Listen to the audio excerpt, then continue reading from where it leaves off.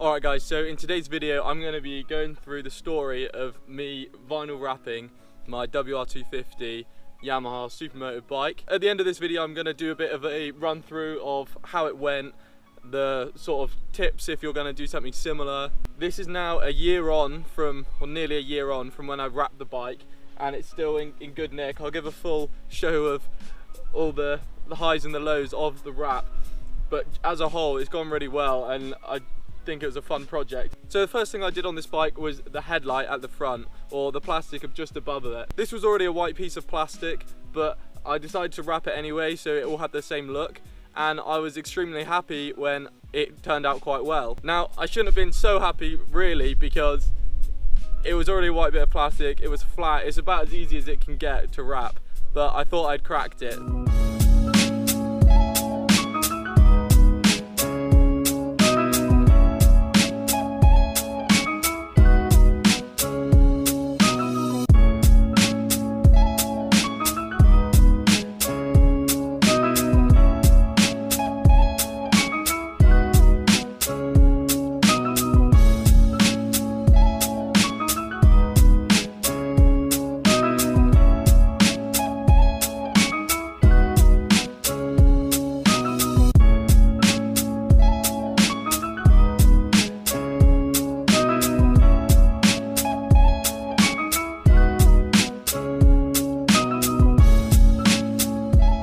So I took off all the old panels from the bike, and the reason I decided to wrap it was because the paint job I'd done previously had really started to flake off, it was chipping, it didn't look that great, and it even had some smudges of dirt on it that were quite hard to get off.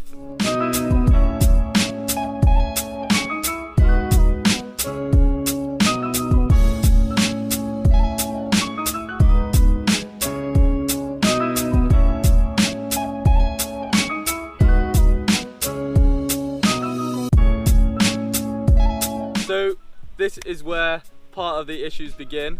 I cleaned off the panels and I had to split the main panel into two because I wouldn't be able to wrap around the panel where I needed to because of the seam, or potentially could have with more skill.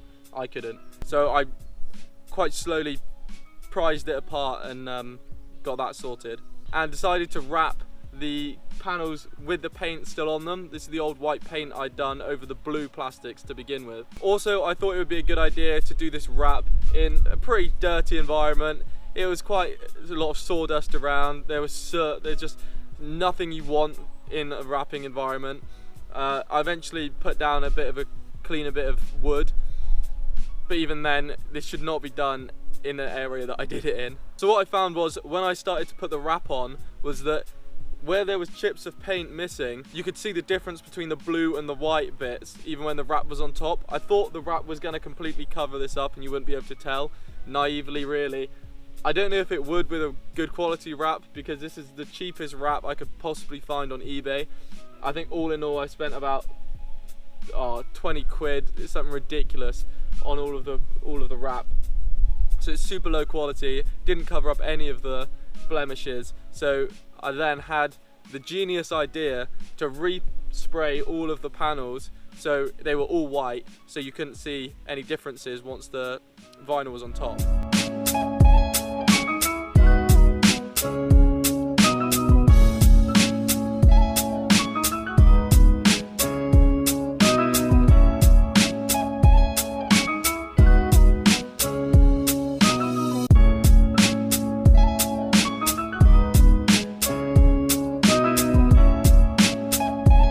So this great plan was working absolutely fine up until the point I had to make a slight adjustment where the wrap was.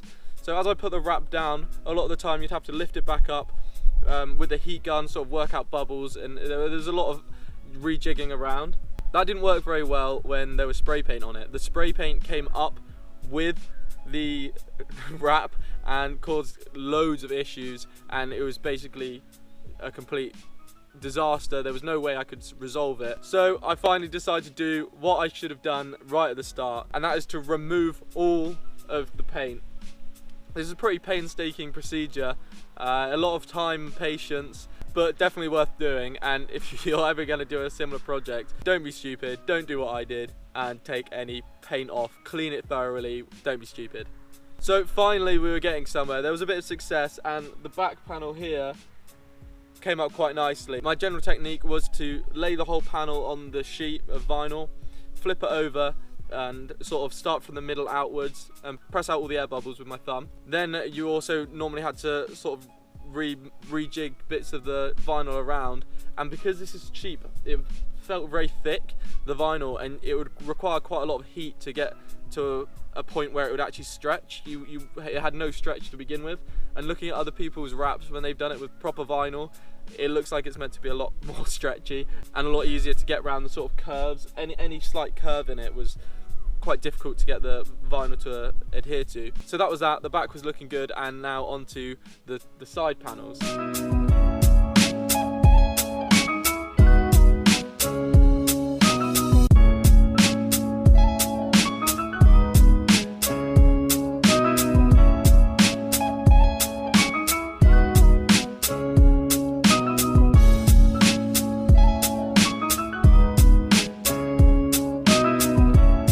What I did with the side panels, and this is something that I'll show in more detail in a bit, I did the tight corners around here first, and they're extremely fiddly bits, and I tried to use something called this vinyl tape. Again, cheap vinyl, and again, very unskilled applier, aka me. The tape didn't work very well, so I ended up having to use a Stanley knife to cut around. I then spray painted this top bit here black, which was its original colour anyway, so if any of the paint chips, it still looks black, and actually that's held up absolutely fine. It's in a bit more of a concealed area. Those bits then bolted together, which is where these bolts are, and actually I wish that these panels did this anyway, so I'm kind of glad I've split them apart. Obviously it could look better, but it does the job, and I can now have these as two separate parts. Then finally added all the heat protection and tried to neaten up the edges as best I could, put tape to stop any of the vinyl peeling off. So then I bolted it all together to see what it would look like, and as you can see, there's a bit of blue that was showing behind the seat, which wasn't too much of an issue. I just managed to put an extra bit of vinyl on top. I think maybe I could have, with more skill or better vinyl, again blaming the vinyl, I could have gone further and not had to do a cover-up job, but it gets quite hard around the fiddly areas, like behind the seat, to get the vinyl to comply around the areas. That's basically where we are now, all bolted back together and looking quite good in my opinion. It's not the best ever, and at some point I now have the option to just take it all off in 30 minutes. I could revert this all back to blue.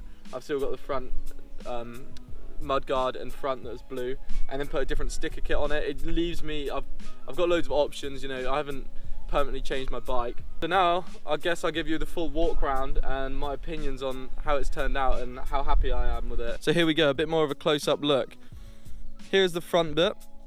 It's really nice and clean. Honestly, this front bit looks really tidy, and it's colour matched quite well with the front mudguard, even though I didn't wrap the mudguard, which would have been an absolute nightmare. This back piece honestly is kept so well. It's all stayed keeping with the curves, which there are some fine details, kind of hard to see, but it's kept stuck well to the back piece, and it looks really neat.